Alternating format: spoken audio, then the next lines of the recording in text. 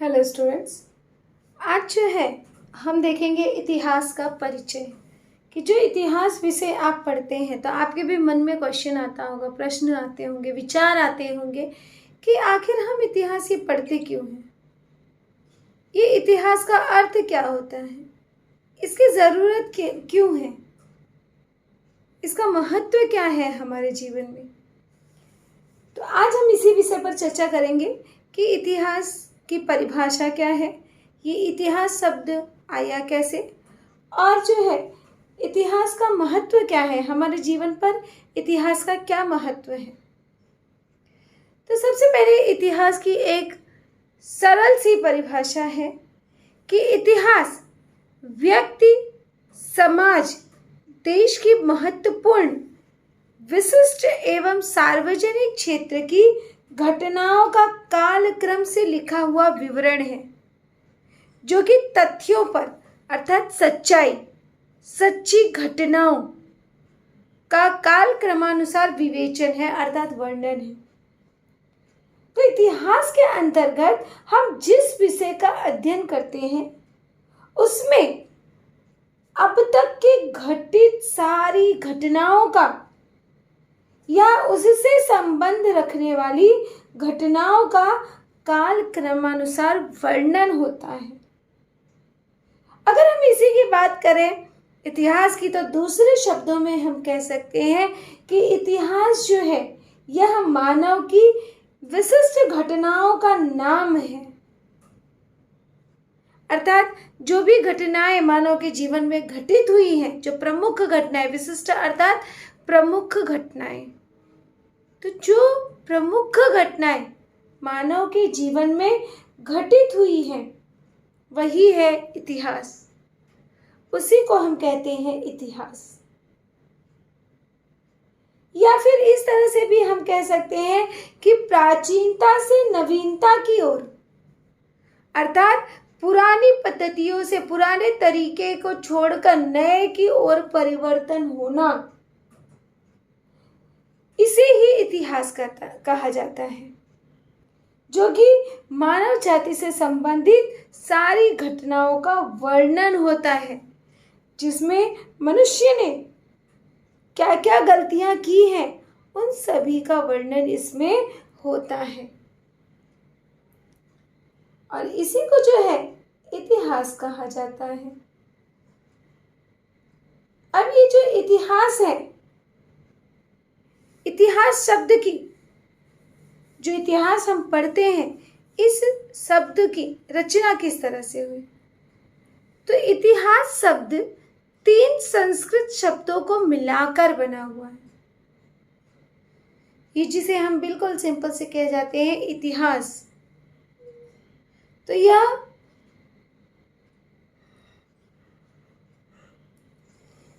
तीन शब्दों को मिलाकर बनाया गया है।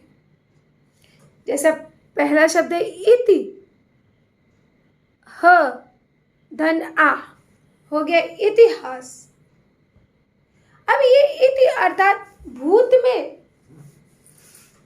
प्राचीन समय में जो घटनाएं घटित हुई हैं उसे इति कहा जाता है। तो यहाँ पर भूत में जो इस तरह था, अर्थात प्राचीन समय में, प्राचीन समय का जो वर्णन देता है, व्याख्यान देता है, उसी को कहा जाता है इतिहास। अब जो ये इतिहास हम पढ़ते हैं तो इतिहास के जनक अर्थात उसके पिता के रूप में हीरोडोटस नाम के एक यूनानी व्यक्ति को जाना जाता है। तो हीरोडोटस जो कि यूनान में रहने वाला व्यक्ति था, उसे लोग जो है इतिहास के जनक के नाम से जानते हैं, अर्थात इतिहास के निर्माता, पिता के नाम से जाना जाता है। अब अगर हम बात करें कि ये इतिहास पढ़ते क्यों हैं, जैसे कि मैंने पहले कहा कि आपके मन में बहुत सारे विचार आते हैं कि आखिर इतिहास पढ़ने का महत्व क्या है।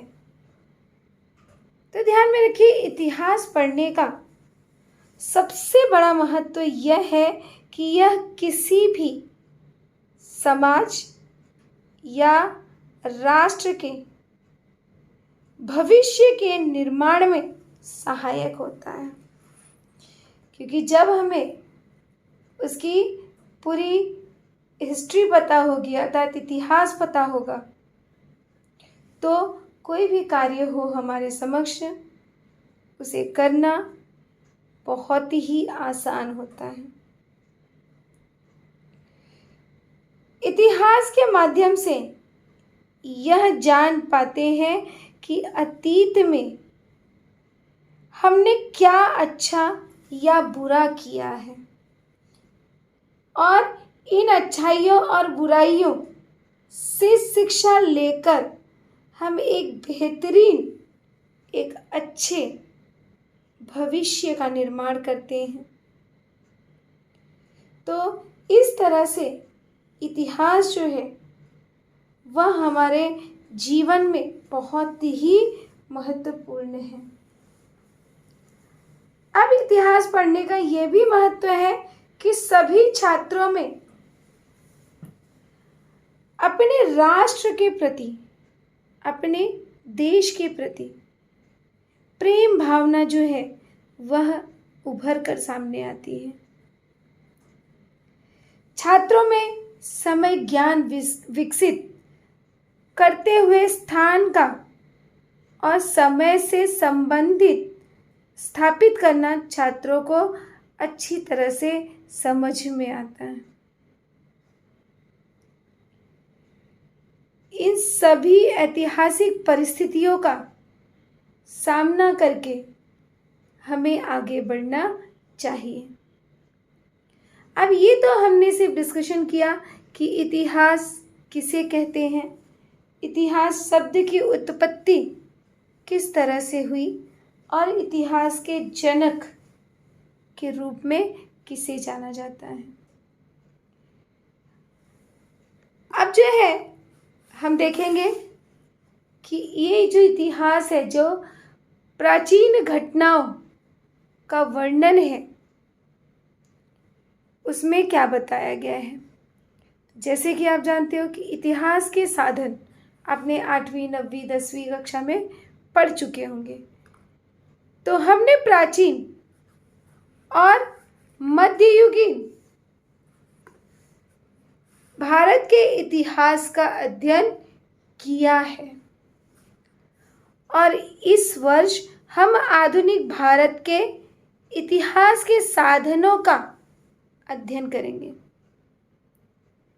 तो इतिहास के साधनों में भौतिक, लिखित और मौखिक साधनों का समावेश होता है। इसके अतिरिक्त इसी भांति, अर्थात इसी तरह दृश्य, श्रव्य तथा दृश्यव्य साधनों का समावेश हो। अब इसमें हम देखेंगे कि कौन कौन से साधन हैं।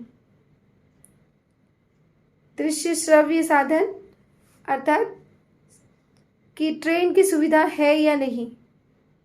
तो भौतिक साधन कि इतिहास के भौतिक साधनों में विभिन्न वास्तुओं, सिक्कों, प्रतिमाओं और पदकों आदि साधनों का निर्माण है।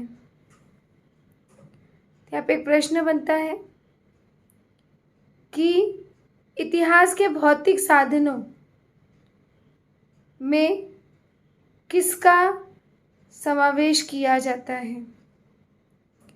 तो इतिहास के भौतिक साधनों में विभिन्न वस्तुओं, सिक्कों, प्रतिमाओं और पदक आदि राज्यों का समावेश होता है। तो इस तरह से भौतिक वस्तु का महत्व अधिक है। भवन और वास्तु, अब हम देखेंगे भवन और वास्तु। तो आधुनिक भारत का ऐतिहासिक कालखंड यूरोप के और विभिन्न या विशेष रूप से अनेक उत्तराधिकारियों का कालखंड माना जाता है। अर्थात इसे जो है रियासतदारों का कालखंड कहा जाता है। अब इसके बाद का पॉइंट हम बताएंगे कि इस कालखंड में विभिन्न पवनों, पुलों, सड़कों, ग्याओं, प्याओं, फव्वारे जैसी वस्तुओं का निर्माण किया जाता है।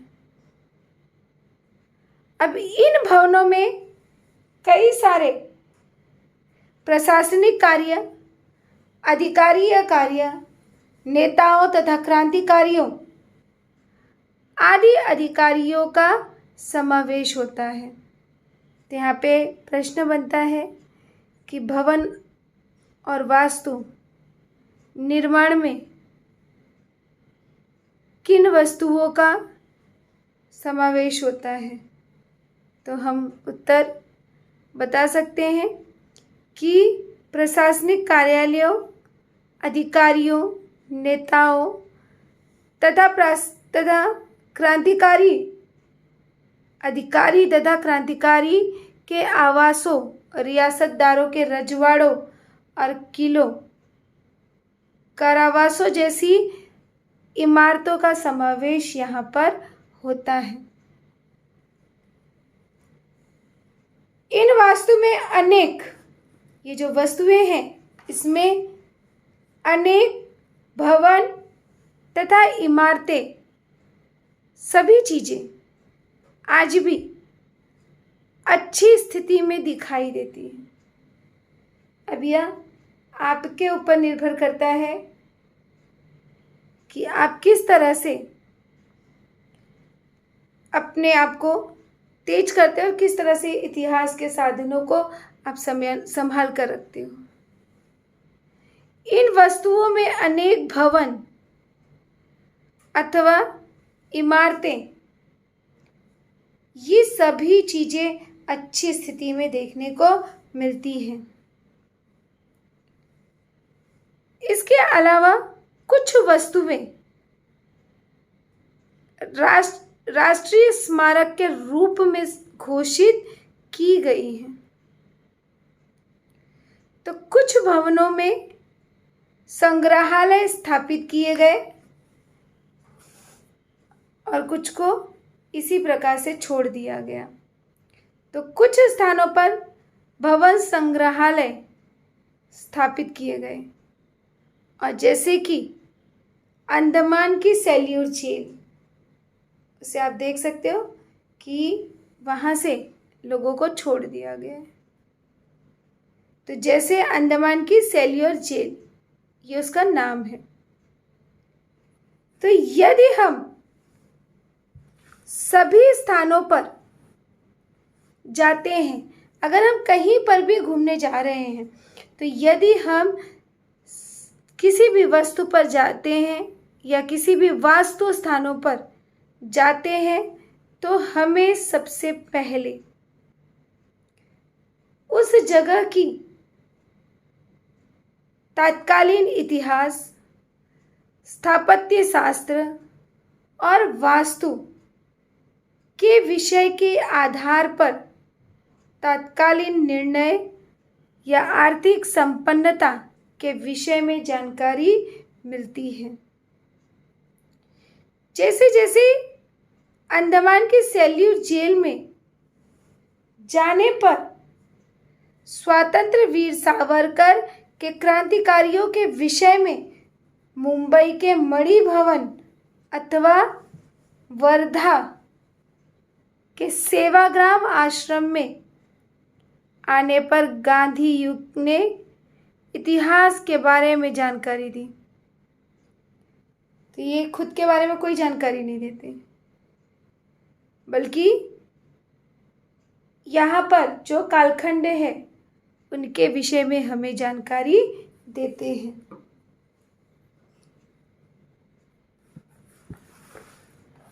अब हो सकता है आप जानते हो इस चीज को, नहीं जानते तो आप देख लीजिए कि वस्तु संग्रहालय और इतिहास, यहाँ पर वस्तु मिलते हैं, चीजें मिलती हैं और इतिहास उसके बारे में बताया गया है। तो इतिहास के अध्ययन हेतु वस्तु संग्रहालय द्वारा विभिन्न अर्थात अलग अलग वस्तुओं, चित्रों, छायाचित्रों जैसे विविध वस्तुएं संरक्षित रखी जाती हैं। अब यहाँ पे एक प्रश्न बनता है कि वस्तु संग्रहालय में किन वस्तुओं को सुरक्षित रखा जाता है। तो उत्तर स्वरूप हमें मिलता है कि वस्तु संग्रहालय द्वारा विभिन्न वस्तुओं, चित्रों, इसके अलावा छायाचित्रों जैसे विविध वस्तुओं को, जैसे अनेक प्रकार की वस्तुओं को संरक्षित अर्थात सुरक्षित रखा जाता है। जैसे कि पुणे के आगा खां पैलेस में स्थित गांधी स्मारक संग्रहालय में या स्मारक संग्रहालय में हम गांधी द्वारा उपयोग में लाई जाने वाली वस्तुओं का दस्तावेज देख सकते हैं, जो कि पुणे में स्थित है। अब हम इसी कड़ी में आगे बढ़ेंगे कि पहले की जो कलाकारी थी, जो अब पूरी तरह से विलुप्त हो चुकी है, तो उसे हमें फिर से बढ़ावा देना है। तो सबसे पहले देखेंगे प्रतिमाएं और स्मारक। स्वतंत्रता युग में और स्वतंत्रता के पश्चात समय में अनगिनत व्यक्तियों के स्मारकों का निर्माण और प्रतिमाओं के रूप में गिरते हुए देखा। अगर भारत के इतिहास के साधन की दृष्टि से ये प्रतिमाएं आ जाती, जो कि बहुत ही महत्वपूर्ण थी।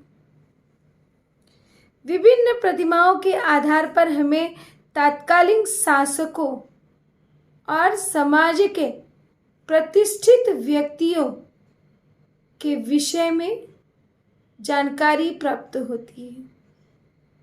तो प्रतिमा के आधार पर या प्रतिमा के नीचे पाटी पर संबंधित व्यक्ति का नाम, जन्म, मृत्यु का उल्लेख, उस व्यक्ति के कार्यों का संक्षेप उल्लेख, जीवपट के जो भी जीवपट है, जो भी सूक्ष्म जीव है, तो जीवपट के विषय में जानकारी प्राप्त होती है, वे सभी उसके विषय में जानकारी लेकर जाते हैं। डॉक्टर बाबा साहेब आम्बेडकर की प्रतिमाओं की तरह ही विभिन्न घटनाओं की स्मृति, ये वाला, तो विभिन्न घटनाओं की स्मृति, इन सभी की जानकारी हमें देता है। तो इस तरह से इतिहास जो है यह बहुत ही महत्वपूर्ण हिस्सा है। अब इसी क्रम में हम आगे बढ़ेंगे कि इतिहास जो है, आपने बहुत सारे लोगों के मुंह से सुना होगा कि इतिहास जो है यह उन घटनाओं से जुड़े हुए व्यक्ति आदि की जानकारी देते हैं। जैसे विभिन्न स्थानों में आपने देखे होंगे जो शहीद हो जाते हैं, जिनकी मृत्यु हो जाती है, तो वे जो है समीर अपने समीप के परिसर में पाए जाने वाले सड़कों और प्रतिमाओं की जानकारी ये सभी हमें देते हैं। तो अब हम जो है प्रकार देखेंगे कि यहाँ पर इतिहास के प्रमुख प्रकार कौन से हैं। तो सर्वप्रथम इतिहास का प्रमुख प्रकार है लिखित साधन, लिख कर दिखाना। तो वह है लिखित साधन। तो लिखित साधन के आधुनिक भारत के इतिहास में जितने भी लिखित साधन हैं उन सभी लिखित साधनों के लिए निम्नलिखित बातों का समावेश किया गया है, उसे हमें ध्यान देना है। जैसे कि पहला यहाँ पर है पत्राचार, दूसरा विदेशी व्यक्तियों का लेखन अर्थात फैक्ट्री रिकॉर्ड्स। इसके अलावा आगे है समाचार पत्र। तो समाचार पत्र इसके लिए बहुत ही महत्वपूर्ण है। तो लिखित साधन में पत्राचार, विदेशी व्यक्तियों का लेखन, समाचार पत्र, चरित्र पुस्तकें, आत्मचरित्र, फैक्ट्री रिकॉर्ड्स, पत्रिकाएं, इन सभी का समावेश होता है। तो अब हम जो है देखते हैं सबसे पहले लिखित साधन। तो आधुनिक भारत के इतिहास में लिखित साधनों के लिखित साधन बहुत ही महत्वपूर्ण था, जिसमें पत्राचार, पत्रिकाएं, विदेशी व्यक्ति का लेखन, फैक्ट्री रिकॉर्ड्स, समाचार पत्र, आत्मचरित्र, चरित्र पुस्तकें, ये सारे साधन हैं, जिनमें से हम सबसे पहले पहला देखेंगे समाचार पत्र और पत्रिकाएं। तो ध्यान में रखिए, समाचार पत्रों द्वारा हमें समसामयिक घटनाओं की जानकारी होती है, वे सभी जानकारी देते हैं।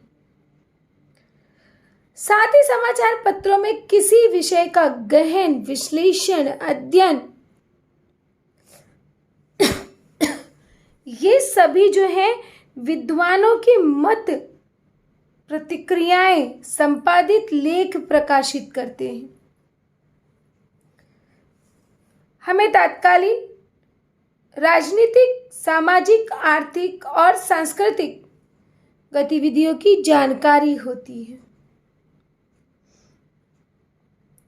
इसके अलावा स्वतंत्रता पूर्व समय में ज्ञानोदय, ज्ञान प्रकाश, केसरी, दीनबंधु इत्यादि जो है महत्वपूर्ण साधन हैं, जिसमें से हम देखेंगे कि पूर्व समय में लोग जो है ज्ञानोदय का उपयोग करते थे।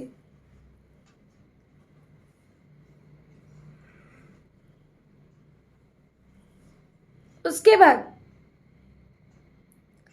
तो इन समाचार पत्रों के आधार पर हम अंग्रेजी जो शासन है, तो अंग्रेजी शासन के आधार पर भारत के विषय में निर्धारित नीतियों और उनके परिणामों के विषय में अध्ययन कर सकते हैं। अंग्रेजों का जो शासनकाल था, उस शासनकाल में समाचार पत्र, राजनीतिक जागरण आदि फैले हुए थे। अपितु सामाजिक पुनर्जागरण के साधनों के रूप में यहाँ पर जो है उपस्थिति महत्वपूर्ण होती है कि अंग्रेजों के शासनकाल में समाचार पत्र राजनीतिक जागरण नहीं है, बल्कि वह समाज में जो लोग उपस्थित हैं उन सभी के होने का एक महत्वपूर्ण साधन होता है। अब यहाँ पर एक प्रश्न बनता है कि समाचार पत्रों के आधार पर किस विषय का निर्धारण होता है? तो उत्तर स्वरूप हमें मिलता है कि समाचार पत्रों के आधार पर हमें अंग्रेज शासन की भारत के विषय में निर्धारित नीतियों का निर्धारण होता है।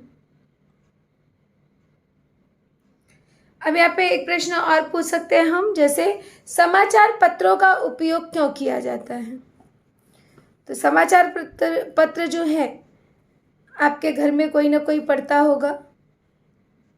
तो समाचार पत्र द्वारा इसकी प्रमुख विशेषता यही है कि समाचार पत्र हमें समय सामयिक घटनाओं की जानकारी देता है और साथ ही समाचार पत्रों में किसी भी घटना का एक गहन विश्लेषण, विद्वानों की मत प्रक्रिया, संपादकीय लेख प्रकाशित होते हैं।